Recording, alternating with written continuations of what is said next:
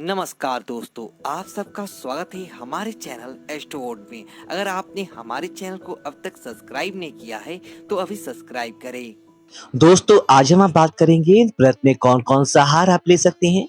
दोस्तों व्रत का सामान्य कुछ नियम होता है कि व्रत में आपको एक संतुलित और एक व्रत में आरोपी आहार लेना होता है। वही आहार आपके लिए श्रेष्ठ होता है, यानी व्रत के अनुरूप ही आपको आहार लेना चाहिए। तो संपूर्ण नियम आज आपके इस वीडियो में जानेंगे कि व्रत में कौन कौन सा आहार आप ले सकते हैं और किस आहार को आप इस व्रत में ना करें, यानी कि नवरात्रि के व्रत में बिल्कुल ना ले। तो देखिए दोस्तों, नवरात्रि जो है दो तरह से रहा जाता है।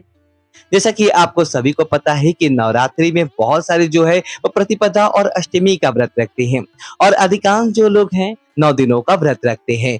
तो कभी कभी नवरात्रि 9 दिनों की होती है और कभी कभी सिर्फ 8 दिनों की होती है। तो जैसा ही हो वह तिथि के अनुरूप घटता और बढ़ता रहता है। पर जो व्रती 9 दिन का रहता है उनके लिए भी वही नियम है, और जो लोग सिर्फ प्रतिपदा और अष्टमी का व्रत रखते हैं उनके लिए भी वही नियम है। तो अगर आप चाहें तो व्रत का जो नमक होता है, सेंधा नमक, देखिए सामान्य नमक इस व्रत में बिल्कुल मना है। तो व्रत के नमक को आपको अपने भोजन में इस्तेमाल करना है। अब भोजन में आप एक काला नमक बिल्कुल ना डालें, या जो बाजार से चीजें खरीद कर आप लाते हैं, जो पैकेट में चिप्स वगैरह होती है, तो उसमें आप देख ले कि काला नमक ना हो, क्योंकि काला नमक भी भोजन की श्रेणी में ही आता है, जो कि सामान्य नमक होता है उसकी श्रेणी में ही आता है। तो नमक यदि आपको खाना है व्रत में, तो फिर आप सेंधा नमक का ही इस्तेमाल करें। और दोस्तों बात कर लेते हैं कि व्रत में क्या खाना चाहिए और कितनी बार खाना चाहिए। देखिए दोस्तों, ये बात जो है बहुत ही ज्यादा पूछी जाती है और बहुत सारे लोगों के मन में शंका भी होती है कि नवरात्रि के व्रत में कितनी बार भोजन कर सकते हैं, या फिर भोजन का जो अर्थ मेरा यही है कि फलाहार कितनी बार ले सकते हैं। तो दोस्तों देखिए, 2 बार कम से कम आपको संपूर्ण आहार लेना है, जिसमें आपको अच्छा कोई ऐसा ठोस से आहार लेना है जिससे आपको पूरे दिन जो है पेट भरे रहने का एहसास हो। देखिए, जब आप भोजन अच्छे प्रकार से फलाहार वाला करेंगे तभी जाकर आप माता रानी की सेवा पूजा कर सकते हैं। क्योंकि जो गृहिणियां होती है उनको घर का काम होता है, नवरात्रि के 9 दिनों में उनको माता रानी की सेवा पूजा ये सब काम भी होते हैं, तो ऐसे में आपको और अधिक ऊर्जा की आवश्यकता होगी।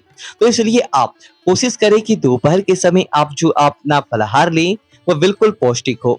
आगे मैं बताऊंगा कि कौन कौन से फलाहार आपको लेना चाहिए और जो आपके लिए बिल्कुल पर्याप्त होंगे। और दोस्तों, रात्रि में आपको कुछ ठोस ऐसे आहार लेना है जिससे आपका पेट भरा रहे और आपको पर्याप्त पोषक तत्व भी मिलते रहे। तो आप जानते हैं कि कौन कौन से आपको आहार लेना है व्रत में और कौन से आहार नहीं लेना है। तो दोस्तों सबसे पहली बात तो ये करूंगा कि दूध या दूध से बने हुए सभी प्रकार आप खा सकते हैं। ये व्रत के लिए बिल्कुल पर्याप्त और उपयुक्त है। आप इसका भोजन के रूप में इस्तेमाल करें। इससे क्या होगा कि आपके शरीर में किसी भी प्रकार की कमी नहीं होगी। दोस्तों, दूध को एक संपूर्ण आहार माना जाता है, तो आप रात्रि में दूध जरूर लें, या दूध अन्य किसी खाद्य पदार्थ में, जैसे कि साबूदाने की खीर होगी, मखाने की खीर होगी, सूखे फल की खीर बनाई जाती है, तो जो आपको उचित लगे वो खाएं। तो साबूदाना जो एक ऐसा आहार है जिसके आप व्रत में ले सकते हैं। और बहुत सारे व्रती जो 9 दिनों का व्रत रखते हैं या फिर प्रतिपदा और अष्टमी का व्रत रखते हैं, वो लोग नवरात्रि में जो है ये कि साबूदाना इस्तेमाल करती हैं, जिसमें कि बहुत ज्यादा घरों में ये बनाई जाती है साबूदाने की खिचड़ी, या फिर मीठे में कहें तो साबूदाने की खीर बनाई जाती है। तो साबूदाना को आप फलाहार के रूप में इस्तेमाल कर सकते हैं।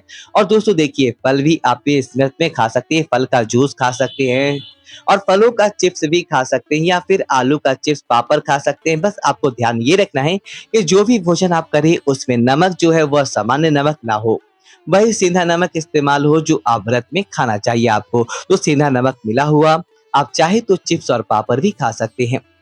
और एक चीज और ध्यान रखने वाली बात है दोस्तों, कि अगर आप व्रत को वजन घटाने की नियत से कर रहे हैं तो कभी भी आप चिप्स, पापड़ या तली हुई चीजों को अपने भोजन में फलाहार में ना रखें।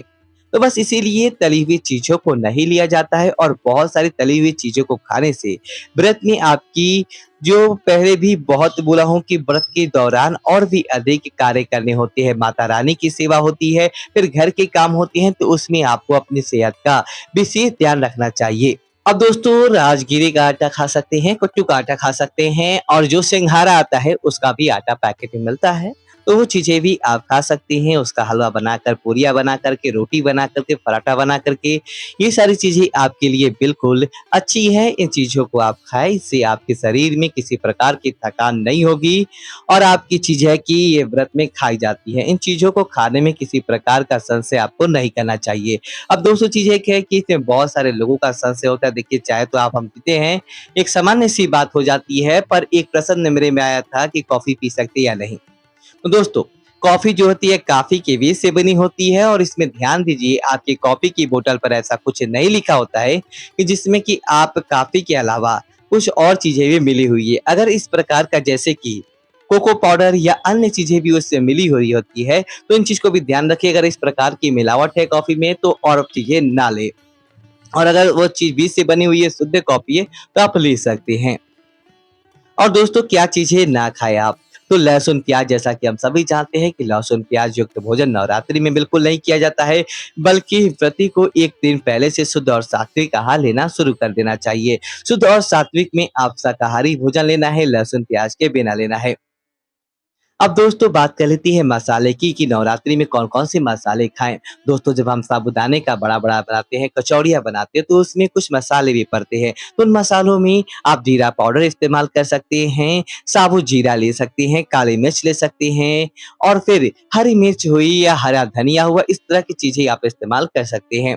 पर क्या ना खाएँ? तो देखिए धनिया का जो सूखा धनिया का पाउडर होता है वो नहीं खाना चाहिए और लहसुन, प्याज़ मैंने बताया ही आपको और जो हल्दी होती है, सबसे बड़ी चीज़ ये है कि हल्दी व्रत के भोजन में बिल्कुल भी नहीं डाली जाती है। तो हल्दी की व्रत के भोजन में बिल्कुल भी नहीं डालना है, बाकी जितने भी फल हैं सब खा सकते हैं आप। और सिंघाड़े की आटी है, जो भी आपके घर में व्रत का आटा है, वो चीज़ें आप इस्तेमाल कर सकते हैं, उस चीज़ें का पराठा, पूरियाँ जिसके भी आप बना कर के खा सकते हैं।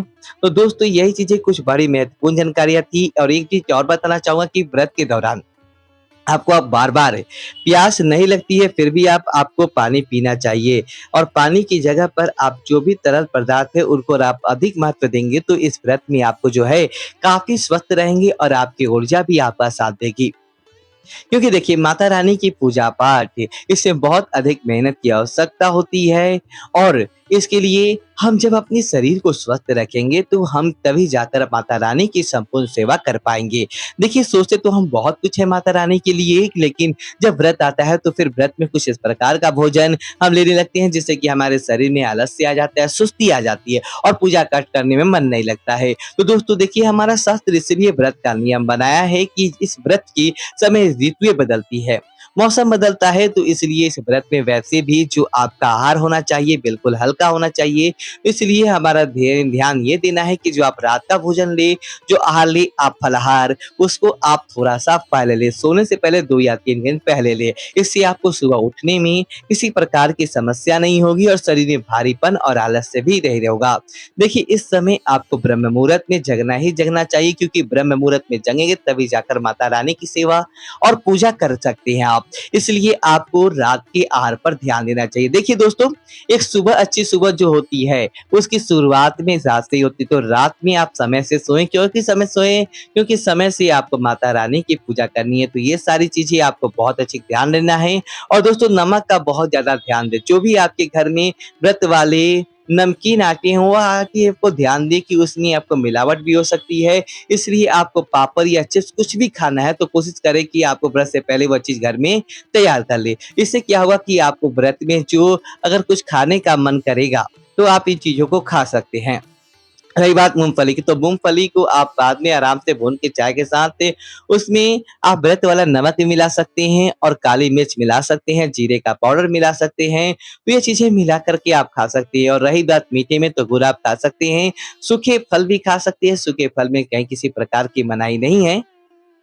तो वो भी खा सकते हैं। आप अगर एक बहुत अच्छी पौष्टिक चीज़ है कि आप उसमें जो सूखे फल के अलावा आप साबूदाना भी खा सकते हैं। देखिए मैं फिर बता रहा हूँ क्योंकि साबूदाना क्योंकि ठोस आहार है, इसको लेने से हमें भूख नहीं लगती है और ये भी काफ़ी अच्छा है। तो आप इस चीज़ों को व्रत में ले सकती हैं, इससे आपके शरीर को ऊर्जा मिलती रहेगी और आप बहुत देर तक भूख नहीं लगेगा।